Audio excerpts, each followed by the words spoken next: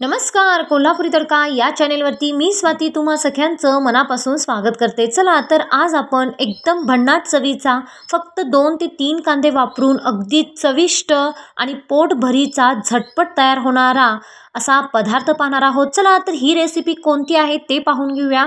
त्यासाठी तुम्ही इथं पाहू शकता मी इथं 2 ते 3 मोठे जे कांदे असतात ते घेतलेले आहेत. आता हे कांदे आपण काय करूया, अर्ध्या अर्ध्या भागामध्ये कट करून अगदी होता होईल तेवढे बारीक असे कट करून घ्यायचे. म्हणजेच एकदम लांब लांब साईजमध्ये आपल्याला हे एकदम बारीक असा हा कांदा कट करून घ्यायचा आहे. जेवढा आपण हा लांब कांदा कट करून घेऊ तेवढी आपली ही जो पदार्थ बनणार आहे तो अगदी भन्नाट असा दिसणार आहे आणि चव देखील अगदी सुंदर लागणार आहे. चला तर अशा पद्धतीने आपण इथं 2 ते 3 कांदे वापरून हे पूर्ण कांदे कट करून घ्यायचे आहेत. आता आपल्याला कितपत नाश्ता बनवायचा आहे तेवढ्या प्रमाणामध्ये आपण इथं कांदे घ्यायचे आहेत. आता मी जेवढे कांदे घेतलेले आहेत त्या कांद्यामध्ये आपल्याला इथं 8 ते 10 चांगले पराठे तयार होतात. म्हणजे 2 ते 3 कांद्यामध्ये 8 ते 10 पराठे सहज बनतात.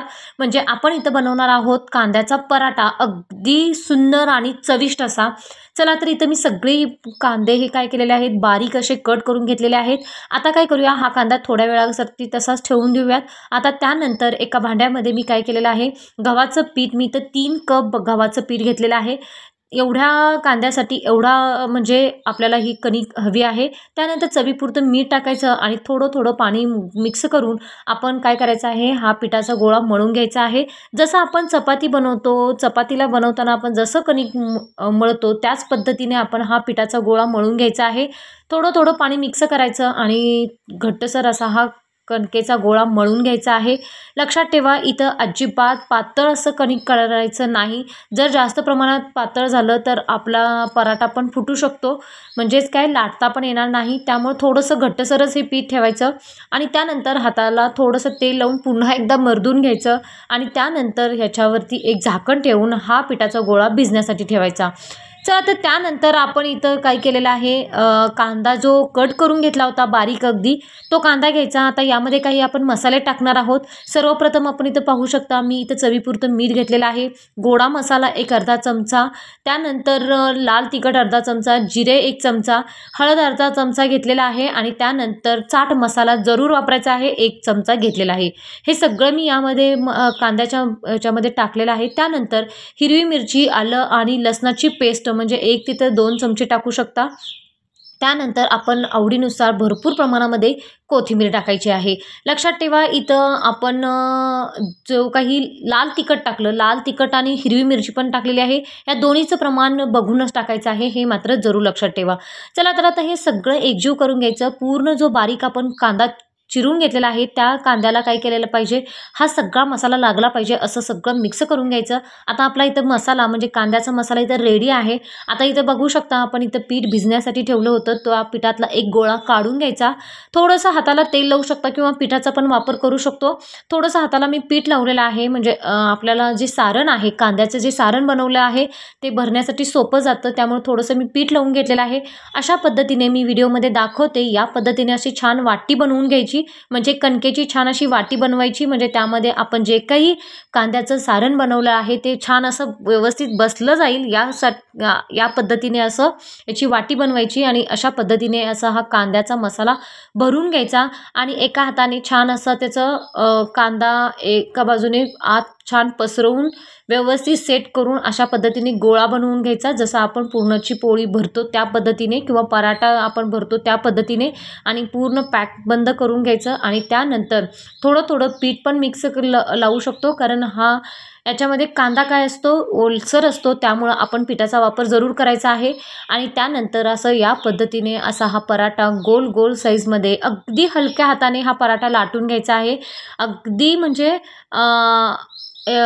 घट्टसरच आपल्याला म्हणजे जाडसरच आपल्याला हा पिठाचा गोळा लाटून घ्यायचा आहे, जास्त पातळ करायचा नाही. तुम्हाला आणखीन एक स्टेप यामध्ये दाखवते. काय करायचं, 2 आपण इथं पुऱ्यासारख्या असे पाती लाटून घ्यायच्या आणि त्यानंतर असा हा कांद्याचा मसाला भरून घ्यायचा. म्हणजे 2 पद्धतीने आपण असं हे कांद्याचा मसाला भरून देऊ शकतो. म्हणजे कांद्याचं सारण या पद्धतीने पण भरू शकतो आणि दुसरी पद्धत म्हणजे मी पहिल्यांदा दाखवली ती पद्धत, किंवा या पद्धतीने काय करायचं, 2 पुऱ्यासारखे छान असे पातळसर असं लाटून घ्यायचं आणि त्यानंतर कांदा छान भरून घ्यायचा आणि अशा पद्धतीने मी व्हिडिओमध्ये दाखवते या पद्धतीने असं वरच्या जी पुरी आहे ती पुरी छान अशी लावून घ्यायची, कांदा पूर्ण भरून घ्यायचा आणि त्यानंतर थोडं थोडं पीठ लावून लगेचच हा काय झालेला आहे, आपला हा पराठा तयार झालेला आहे. ते बघू शकता थोडंसंच मी लाटण्याने वरून फिरवलेलं आहे आणि त्यानंतर हा कांद्याचा पराठा तयार झालेला आहे पाहू शकता. आणि त्यानंतर आपण गॅसवरती पॅन ठेवायचा आणि त्यानंतर आपण हे जो पराठा आहे तो टाकायचा. थोडं थोडं तेल तूप टाकून मस्त अगदी खरपूस असा हा भाजून घ्यायचा आहे. लक्षात ठेवा 2 पद्धतीने आपण इथे दाखवलेला आहे. जसं आपण पुरणाची पोळी भरतो त्या पद्धतीने पण आपण असं हा पराठा भरून घेऊ शकतो. कांद्याचं जे काही मिश्रण आपण बनवले आहे ते भरून घेऊ शकतो, किंवा दुसरी पद्धत म्हणजे 2 चपातीचे एकदम छोटे छोटे गोळे घेऊन छान एकदम पुरीसारखं लाटून घेऊन त्यावरती कांदा भरून आपण असे हे काय करू शकतो, पराठे आपण पॅक करून छान असे लाटून घेऊ शकतो. लाटताना मात्र अगदी शिस्तीत असं लाटायचं आहे, म्हणजे अगदी हलक्या हाताने हा पराठा लाटून घ्यायचा आणि एकदम खरपूस असा भाजून घ्यायचा आहे. बघू शकता अगदी सुंदर असे पराठे इथे सगळे तयार झालेले आहेत. हा कांद्याचा पराठा अगदी झटपट बनतो, काहीतरी चमचमीत खावंसं वाटत असेल आणि झटपट बनवून खायचा असेल तर हा कांद्याचा पराठा तर अगदी सुंदर अशी टेस्ट पाहाल तर अगदी भन्नाट अशी लागते. यातलाच पराठा तुम्हाला मी फोडून देखील दाखवते, म्हणजे कितपत आपण यामध्ये कांदा आतमध्ये सारण भरलं आहे हे देखील समजेल आणि दिसायला देखील अगदी सुंदर लागतो.